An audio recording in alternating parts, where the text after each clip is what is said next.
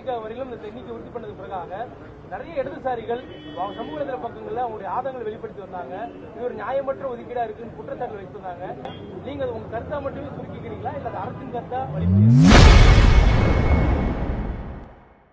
தேமுதிகவிற்கு 10 seat வழங்கியுள்ளது குறித்து இடதுசாரி கட்சிகள் எதிர்ப்பு தெரிவித்து வருவது குறித்து செய்தியாளர் எழுப்பிய கேள்விக்கு விசிக தலைவர் திருமாவளவன் பதிலளித்துள்ளார். தேமுதிக வரையிலும் இந்த எண்ணிக்கை உறுதி பண்ணது பிறகாக நிறைய இடதுசாரிகள் சமூக வலைதள பக்கங்கள்ல அவங்களுடைய ஆதங்கங்களை வெளிப்படுத்தி வந்தாங்க.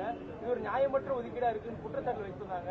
உங்களுடைய கருத்து ஒரு அரசின் கருத்து அவங்களுக்கு ஆதரவு தெரிவிக்கிறதா அவங்க எல்லாமே பதிவிட்டிருக்காங்க. நீங்க அது உங்க கருத்தா மட்டுமே சுருக்கிக்கிறீங்களா இல்ல அது அரசின் கருத்தா வலியுறுத்துறீங்களா? அரசின் கருத்து அறம் சார்ந்த கருத்தா? அதாவது இடதுசாரிகள் அப்படின்னு நான் சொல்லும்போது எங்களையும் இணைத்துக் கொண்டுதான் நான் சொன்னேன். போன முறை ஆளுக்கு 6 தொகுதி, அதனால் 18 தொகுதி. இந்த முறை 3 கட்சிகளையும் சேர்த்து 18 தொகுதி என்கிற பொருளில் நான் சொன்னேன்.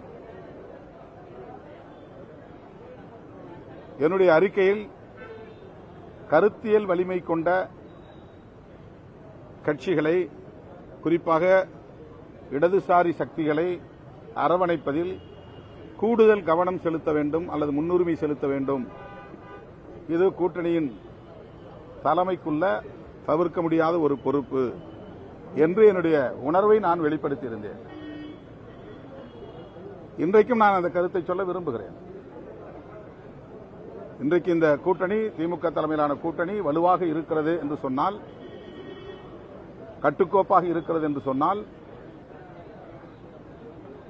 எதிரிகள் விரித்த வலையில் சிக்காமல் அவர்களின் சூது சூழ்ச்சிகளை முறியடித்து இது தொடர்கிறது என்று சொன்னால், அதில் இடதுசாரி கட்சிகளுக்கும் விடுதலை சிறுத்தைகளுக்கும் பெரிய பங்கு உண்டு.